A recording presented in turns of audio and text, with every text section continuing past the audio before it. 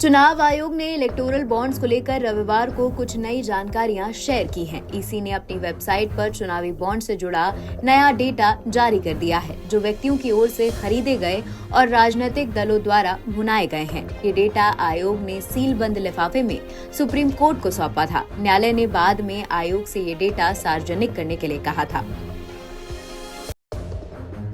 नए डेटा में financial year 2017-18 के बॉन्ड्स की जानकारी शामिल है। आयोग ने 14 मार्च को 763 पेज की 2 लिस्ट में अप्रैल 2019 के बाद खरीदे और कैश कराए गए बॉन्ड्स की जानकारी वेबसाइट्स पर अपलोड की थी। एक लिस्ट में बॉन्ड के खरीदने वालों की जानकारी थी, जबकि दूसरी लिस्ट में राजनीतिक दलों में मिले बॉन्ड्स की डिटेल की। सुप्रीम कोर्ट के निर्देश पर स्टेट बैंक ऑफ इंडिया यानी एसबीआई ने 14 मार्च को बॉन्ड से जुड़ी जानकारी आयोग को दी थी। इसमें बॉन्ड के यूनिक अल्फा न्यूमेरिक नंबर्स नहीं थे। कोर्ट ने 15 मार्च को एसबीआई को नोटिस जारी कर 18 मार्च तक जवाब मांगा था। चुनाव आयोग के डेटा के मुताबिक भाजपा ने कुल 6,986 करोड़ रुपए के चुनावी बॉन्ड्स कैश कराए हैं।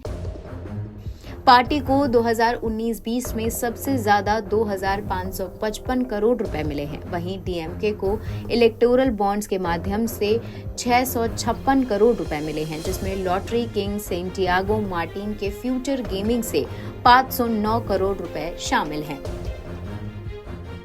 आयोग की वेबसाइट पर मौजूदा डेटा के मुताबिक कुछ पार्टियों ने एसबीआई से बॉन्ड के यूनिक नंबर्स मांगे हैं। तृणमूल कांग्रेस ने कहा कि उसे नंबर्स चाहिए ताकि वो सुप्रीम कोर्ट के निर्देशों का पालन कर सके। भारतीय जनता पार्टी ने एसबीआई से ऐसी कोई अपील नहीं की है, बल्कि उसने पूरा डेटा दिया है। बहुजन समाज पार्टी ने कहा कि उसे चुनावी बॉन्ड्स के जरिए कोई चंदा नहीं मिला है। भारतीय कम्युनिस्ट पार्टी ने कहा कि उसे भी इलेक्टोरल बॉन्ड से चंदा नहीं मिला।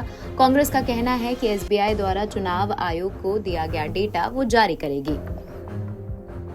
बता दें 2017 में अरुण जेटली ने इसे पेश किया था। तब ये दावा किया गया था इससे राजनीतिक पार्टियों को मिलने वाली फंडिंग और चुनाव व्यवस्था में पारदर्शिता आएगी, ब्लैक मनी पर अंकुश लगेगा। वहीं विरोध करने वालों का कहना था कि इलेक्टोरल बॉन्ड्स खरीदने वालों की पहचान जाहिर नहीं की जाती है, इससे ये चुनाव में काले धन के इस्तेमाल का जरिया बन सकता है। बाद में ये योजना 2017 में ही चुनौती दी गई, लेकिन सुनवाई 2019 में शुरू हुई।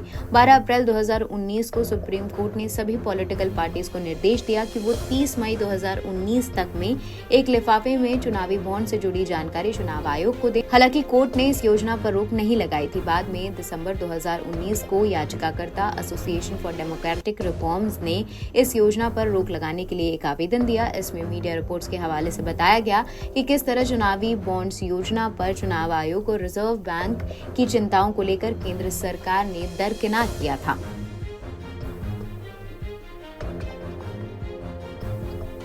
एनबीटी ऑनलाइन की रिपोर्ट।